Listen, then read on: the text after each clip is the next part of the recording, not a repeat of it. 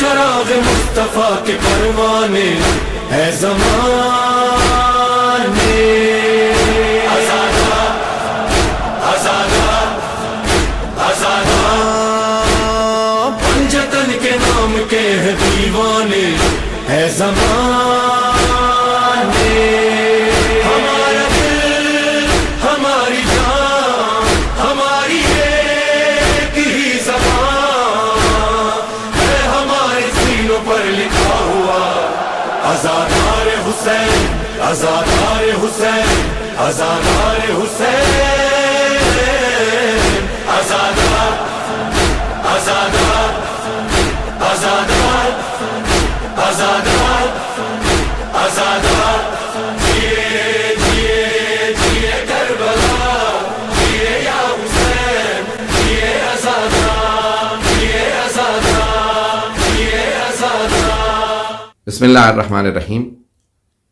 محرم کی آمد ہے اور پوری دنیا میں عزائے جناب سید الشہداء علیہ الصلوۃ والسلام کی تیاریاں کی جا رہی ہیں،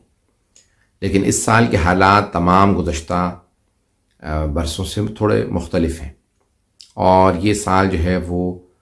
وبا کا سال ہے جس میں کرونا وائرس جو ہے دنیا میں پھیلا ہوا۔ میں اپنے تمام کے تمام بھائیوں سے، بہنوں سے، بچوں سے، بزرگوں سے صرف اتنی درخواست کروں گا، عزاداری ہماری شہرگ حیات ہے اور اس کے بغیر ہمارا گزارا نہیں۔ جب ہم پڑھنے والے اتنا تڑپ رہے ہوتے ہیں تو ہمارے عزاداروں کا بھی یہی حال ہوتا ہے جو ہمارا حال ہے۔ تو مجالس ضرور کریں، لیکن جتنے بھی جو طبی ماہرین نے دنیا کے اندر، میڈیکل ایکسپرٹس نے جتنے بھی مطالبات کیے ہیں کہ لوگ، اور جو انہوں نے ہدایات دی ہیں کہ لوگ ماسک پہنیں، گلوز پہنیں اور احتیاطی تدابیر پہ عمل کریں، ایس او پیز پہ عمل کریں، اور مختلف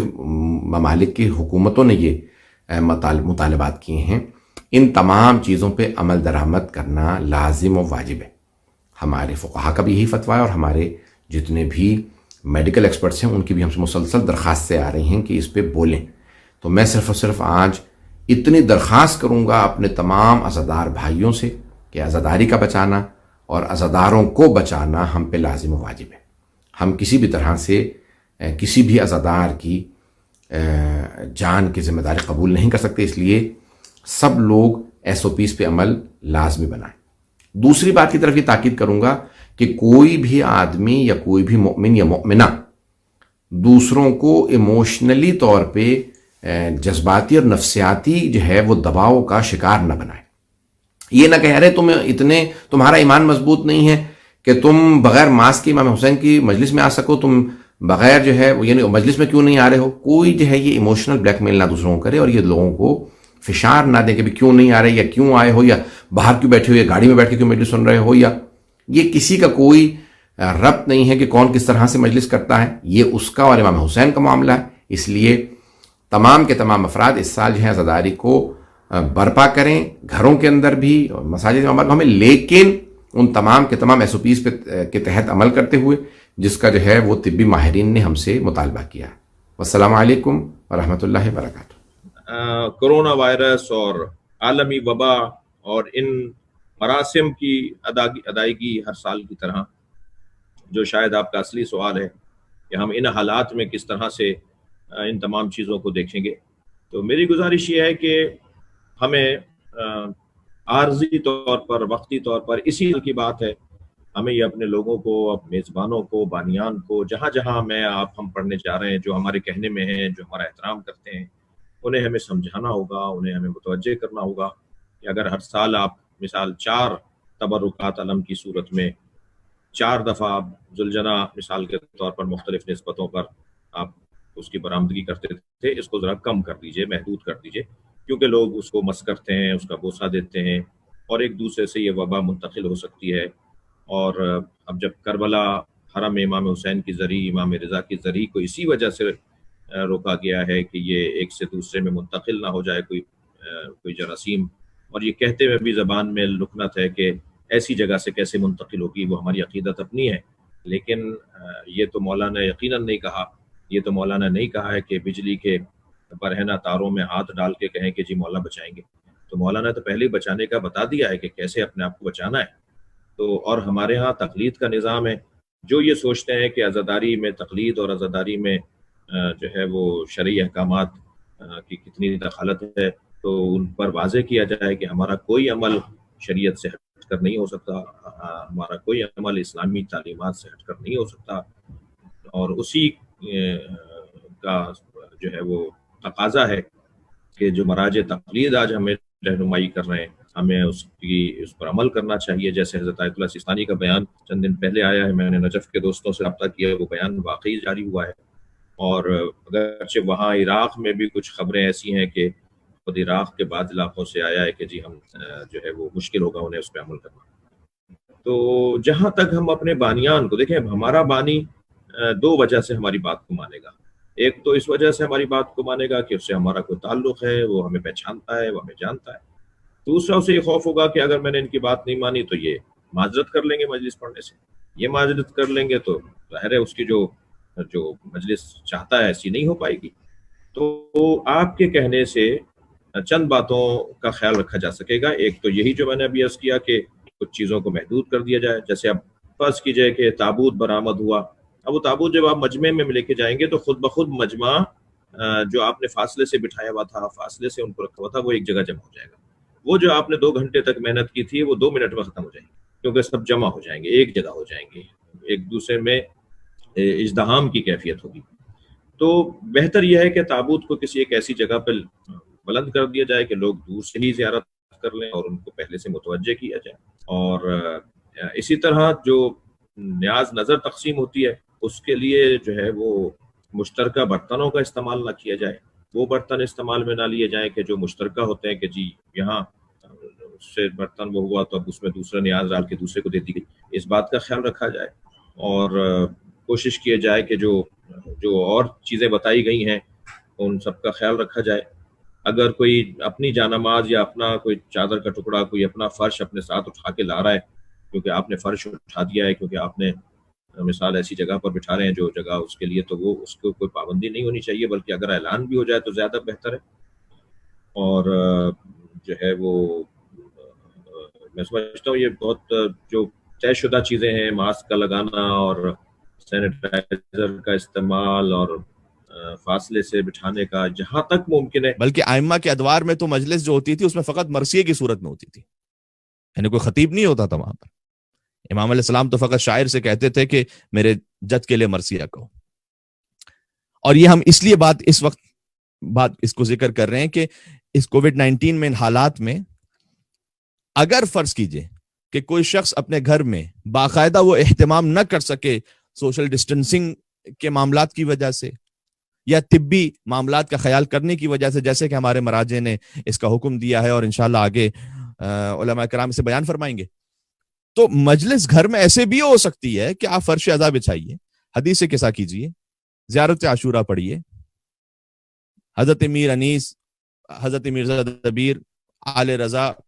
آج کے زمانے میں مثال دے دوں پروفیسر شہید سبت جعفر صاحب، جناب ریحان اعظمی صاحب، کسی بھی کوئی اچھے شاعر کا کوئی مرثیہ پڑھیے، کوئی نوحہ پڑھیے، زیارت وارثہ پڑھیے. یہ مجلس مکمل ہو گئی. ائمہ علیہ السلام کے دور میں مجلس اسی طرح سے ہوتی تھی. تو آپ کو یہ فکر کرنے کی ضرورت نہیں کہ میرے گھر میں مجلس نہیں ہو سکی، نہیں، بالکل ہو گئی مجلس ہی. وہ مجلس کے جو 100 افراد میں ہوتی تھی، اگر فرض کیجئے کہ اس وقت میڈیکل ریزنز کی وجہ سے 10 افراد میں کرنی پڑتی ہے، تو یہ بھی صبر ہے اطاعت پر. صبر کی کئی اقسام ہیں. صبر کی اقسام، صبر ایک ہوتا ہے صبر معصیت پر، گناہ سامنے ہے اسے روک لینا اپنے آپ کو. ایک ہوتا ہے صبر اطاعت پر، کہ ایک اطاعت کرنی ہے آپ نے شریعت حسین علیہ السلام، اس پر عمل کرنا ہے، لیکن ظاہر ہے کہ دل اس کو منانا بڑا مشکل ہے کہ ہر سال میں 1000 افراد کو بلاتا تھا، اس وقت 50 افراد میں کیسے مجلس کروں؟ نہیں، آپ نے صبر کرنا ہے اسی اطاعت پر کہ جو امام حسین علیہ السلام، جس کی عالی ترین مثال کربلا میں ابوالفضل عباس علیہ السلام، کہ جنہیں امام علی ابن ابی طالب علیہ السلام نے مانگا ہی اس خاطر ہے کہ وہ کربلا میں میرا وارث بن سکے اور جہاد کر سکے. لیکن عباس نے جو جہاد بالسیف وہاں پر نہیں ہوا، لیکن وہ جہاد ہوا ابوالفضل عباس علیہ السلام کا جو رہتی قیامت تک کے لیے مثال بن گیا، جہاں جذبات قربان ہو رہے ہیں حکم امام پر. البتہ اس کا یہ مطلب بھی نہیں ہے کہ کووڈ-19 کا ایکسکیوز بنا کر فرض کیجئے کہ جہاں پر ممکن ہے وہاں پر بھی اسے صرف نظر کر دیا جائے کہ نہیں جناب نہیں جتنا بھرپور طریقے سے ہم یہ سمجھتے ہیں کہ پاکستان میں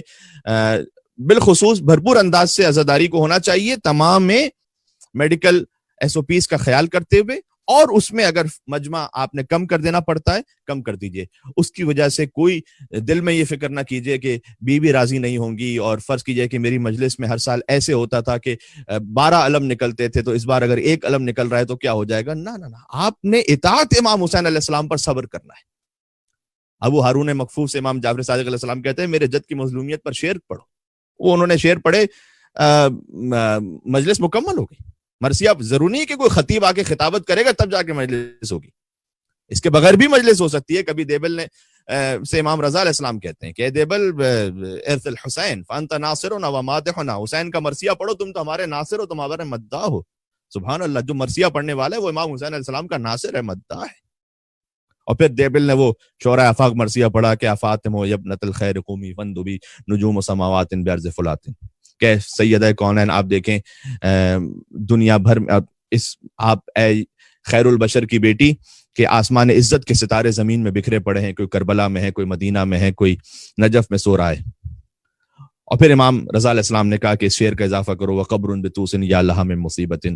اللحت علی الاحشاء بالظفرات، کہ قبر ہے کہ جو طوس میں موجود ہے وہ پورا واقعہ. تو کہنے کا مقصد ہے کہ عزاداری امام حسین علیہ السلام کی کئی جہاد، کئی طریقہ کار ہو سکتے ہیں. اس وقت ہمارے مراجع نے یہ بھی کہا کہ آن لائن زیادہ سے زیادہ اہتمام کریں جو کر سکتے ہیں،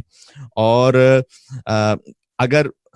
ایس او پیز کو فالو نہیں کر سکتے تو ان کی واضح انسٹرکشنز ہیں کہ پھر اتنا محدود کر دیں کہ آپ اسے فالو کر سکیں.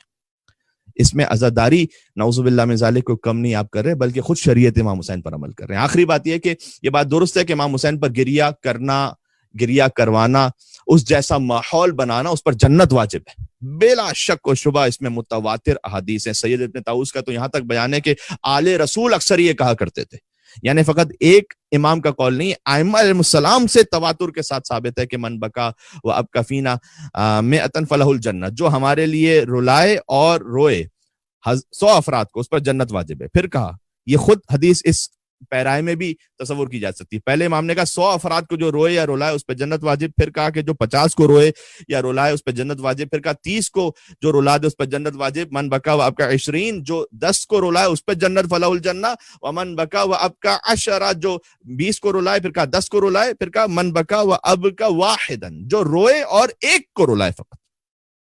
1 کو رلائے فلہ الجنہ، اس پر بھی جنت اسی طرح سے واجب ہے. ومن تباک فلہ الجنہ، جو رونے جیسی شکل بنائے، یا بعض علماء نے اس کا ترجمہ یوں کیا جو رونے کا ماحول فراہم کر دے، فلاح الجنہ، اس پہ بھی جنت واجب ہے. تو ایک سے بھی عزاداری قبول ہو جاتی ہے اگر وہ خلوص کے ساتھ کی جائے. خود اس حدیث میں معیار حسین ابن علی بیان کر دیے گئے. تو جو حسین کے لیے کر رہا ہے،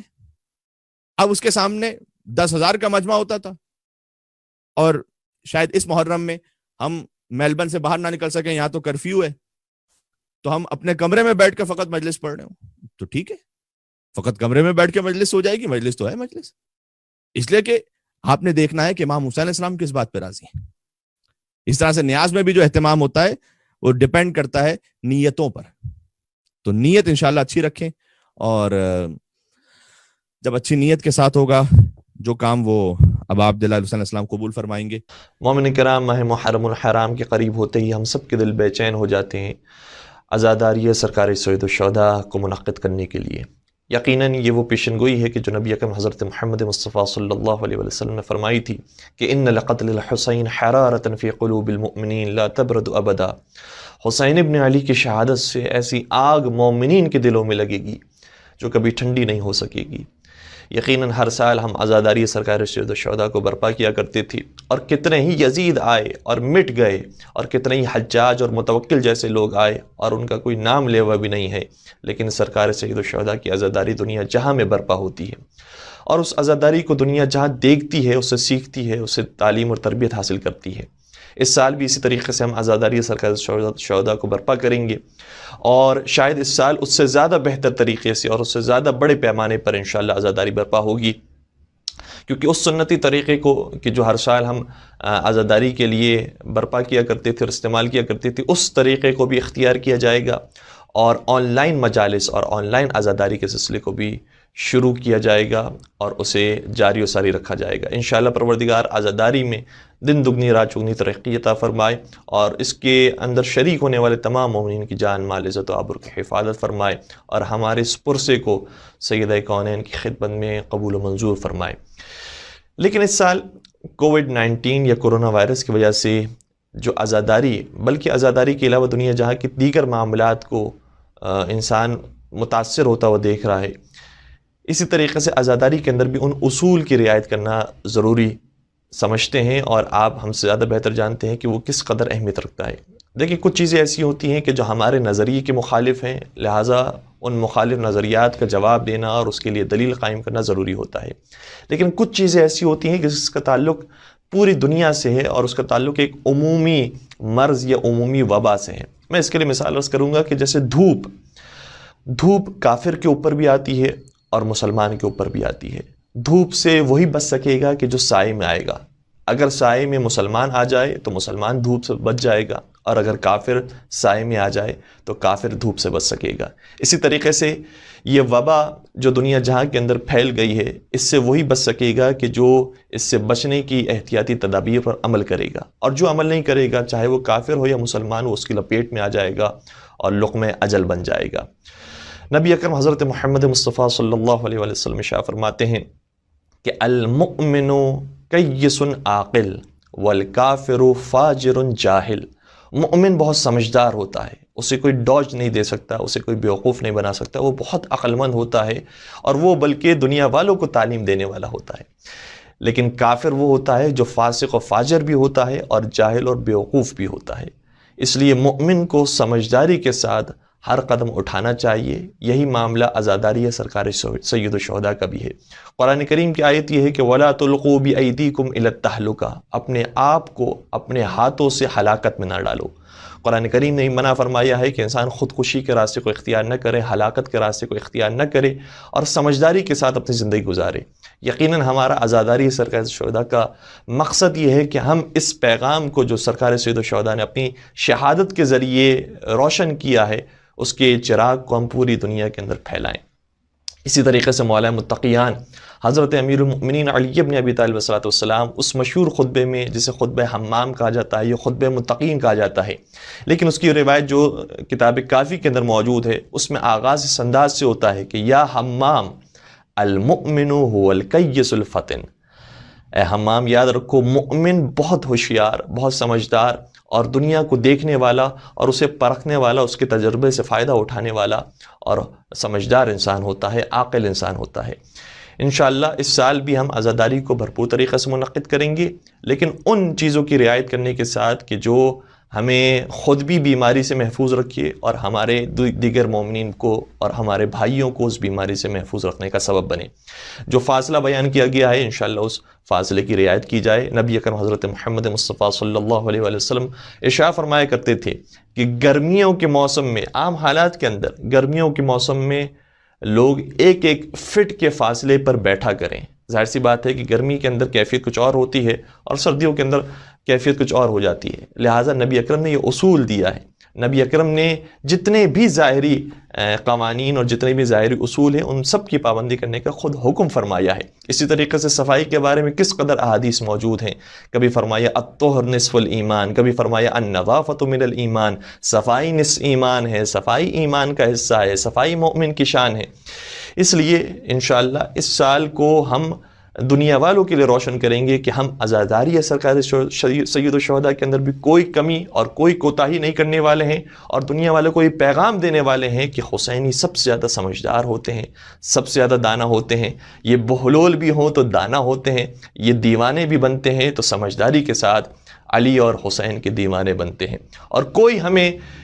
ان جملوں کے ذریعے کہ بعض افراد جن کا سہارا لے کر، چونکہ ان کی باتوں میں جان نہیں ہوتا تو بعض چیزوں کا سہارا لے کر لوگوں کو بیوقوف بنانے کی کوشش کرتے ہیں، جس طریقے سے جنگ صفین میں قرآن مجید کا سہارا لے کر جنگ کو رکوایا گیا اور اپنے آپ کو موت سے بچایا گیا، لیکن ہم جنگ صفین سے اور دیگر بہت سارے معصومین علیہ السلام کی سیرت سے سمجھ چکے ہیں کہ دنیا والوں کی باتوں میں نہ آئیں اور اس سیرت پر عمل کریں کہ جس سیرت کو محمد و آل محمد علیہ السلام نے ہمارے سامنے پیش کیا ہے۔ انشاءاللہ پروردگار سے دعا کرتے ہیں کہ پروردگار تمام عزاداروں کی بھی حفاظت فرمائے اور عزاداری کو دن دگنی رات چگنی ترقی عطا فرمائے، اور تمام امام بارگاہوں کو اس میں شرکت کرنے والے تمام مومنین کی نیک توفیقات میں اضافہ فرمائے، ان کی جان مال عزت و آبرو کی حفاظت فرمائے، اور ہماری اس نوکری کو سرکار سید الشہداء کی بارگاہ میں قبول و منظور فرمائے۔ والسلام علیکم ورحمۃ اللہ وبرکاتہ۔ پہلی بات یہ ہے کہ کیا مردانی مجالس ہو اور کیا زنانی مجالس ہو، دونوں کے اندر ہم نے بطور عزادار شریک اس لیے ہونا ہے کہ ہم جو ہمارا جو وہاں پر وجود ہے، ہمارا جانا جو ہے وہ کسی کے لیے کسی بھی طور پر کسی نقصان کا باعث نہ بنے۔ اگر ہم کہہ رہے ہیں سب علماء نے بھی اتنا سارا زور دیا ہے، وہ صرف اس لیے نہیں کہ میں خود محفوظ رہوں، وہ اس لیے ہے کہ دوسرا بھی محفوظ رہے، اور جو افراد ایام عزا میں ہمارے آس پاس ہوں گے ان میں سے ہر فرد ہمارے لیے انتہائی قیمتی ہے۔ ہم ایک بہت چھوٹی سی گلوبل، آپ کے پوری دنیا میں آپ دیکھیں تو بہت چھوٹی سی کمیونٹی ہے ہماری، بہت زیادہ نہیں ہے ہماری پاپولیشن، اس لیے ہمیں ایک چھوٹی فیملی کی طرح بہت اتحاد کے ساتھ اور منظم طریقے سے اور سب سے بڑھ کر یکجہتی کے ساتھ موو کرنا ہوگا، کیونکہ اللہ کا شکر ہے ٹیکنالوجی اس چیز میں ہمیں بہت مدد کر رہی ہے۔ ڈیجیٹل عزاداری کا ایک نیا کلچر انٹروڈیوس ہو چکا ہے، اور مثلا فضا اس سے پہلے تم نے بھی اس طرح کے کوئی سیمینارز کو نہیں آرگنائز کیا تھا، تو آپ کی بھی تو زندگی چینج ہو رہی ہے، آپ اپنے گھر میں مجالس کرواتی تھی، لیکن اب آپ مجھے خود انصاف سے بتاؤ، بینگ بانی مجلس، بینگ ایک خواتین کی زنانی مجلس ارینج کرنے والی خاتون، اب آپ کا ایکسپوجر عزاداری کو لے کر بڑا ہے یا سمٹ گیا ہے؟ بالکل بے شک عزاداری کو لے کر ایکسپوجر تو جس طرح سے ہم لوگ انوالو اب سب سے زیادہ ہیں غالباً اس انسیکیورٹی کو لے کے کہ یہ سلسلہ رک نہ جائے، تو یہ بالکل، تو یہ چیز ہے، یہ اپروچ ہمیں اپنانے کی ضرورت ہے۔ یہ جو ایک چینج آ رہا ہے اس کو بہت پازیٹیولی اور بہت پروڈکٹیولی یوز کرنا ہے۔ پہلی بات یہ ہے کہ ہم نے جو مقصد ہے نا عزاداری کا، اس کو تھوڑا نظر انداز کر دیتے ہیں، اور آداب عزاداری میں ہم زیادہ ہیں۔ کس طرح؟ مجھے ایک بات بتاؤ کہ جب بینگ عزادار یا بینگ بانی مجلس، آپ اپنے گھر میں کوئی مجلس کرتی ہیں تو نیت کیا ہوتی ہے؟ بالکل کہ بی بی سیدہ کو ہم کو پرسہ دینا ہے۔ بالکل، جس بی بی کو پرسہ دینا ہے وہ آئے نا۔ بالکل، اور مجلس کرنے کی جب نیت یہ ہے کہ بی بی تشریف لے آئیں، تو اس کی شرط کیا ہے؟ کتنے لوگ ہوں، کتنے افراد ہوں، کوئی پڑھنے والا بس ایک کوئی بھی نہ ہو۔ بالکل بالکل، تو نہ جب نیت ہماری ڈسٹرب ہو رہی ہے، نہ شرائط میں کوئی خلل آ رہا ہے، تو عزاداری جو ہے وہ اپنی پوری روح کے ساتھ اس وقت کووڈ-19 کے اندر باقی ہے، قائم دائم ہے۔ اب میں اور آپ کیا کریں اس وقت؟ بینگ شیعہ، بینگ عزادار، میرا اور تمہارا اور سب کا کیا فرض بنتا ہے کہ ہم لوگ اس وقت ایک مثال قائم کریں، اور اس کے اندر کس کس کو انوالو ہونا ہے؟ اس کے اندر سب سے پہلے مجھے جو صاحبان منبر ہیں، جو مجلسیں پڑھنے والے ہیں، ہماری سب سے بڑی ذمہ داری ہے۔ اس کے بعد جو نوحہ خوان، مرثیہ خوان، منقبت خوان ہیں، اور پھر اس کے بعد تیسرے نمبر پر آ جاتے ہیں بانیان مجلس، جو انتظامیہ ہیں، وہ اس چیز کو جتنا ہو سکتا ہے فروغ دیں، لوگوں کے لیے فیسیلیٹیٹر بنے، ان کے لیے سہولیات مہیا کریں۔